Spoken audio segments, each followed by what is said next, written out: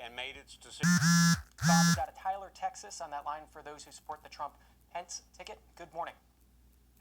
Yes, as far as law enforcement education, it seems like we're submerged in the quagmire of the present.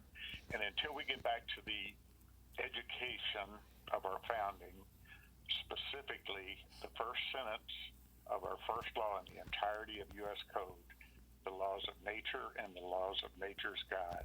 Until we understand what that means, the laws of nature's God is the Bible. And then the document that was written to protect those laws, which is the Constitution. It seems like we've just avoided our education on the reason for our founding.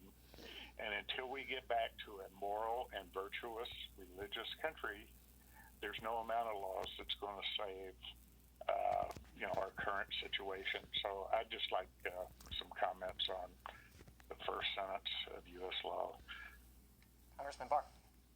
Our founding fathers were, by every measure, I believe, very brilliant men, not simply because they were very intelligent, but because also they understood the sweep of history. As I believe Mark Helprin wrote in an editorial many years ago, these were men who studied history, who understood the rise and the fall of civilizations, and who understood that one of the important elements of a free society, of a representative democracy in our case, is to have a well-educated population, citizenry.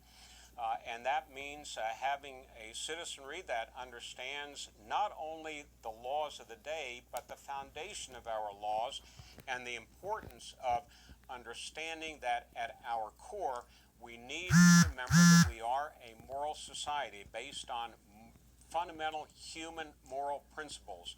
And that needs to be a part not only of our education system, but also the education of police. It goes back to one of your earlier callers talking about the need for police to be trained consciously in the populace of their community and the values of the community.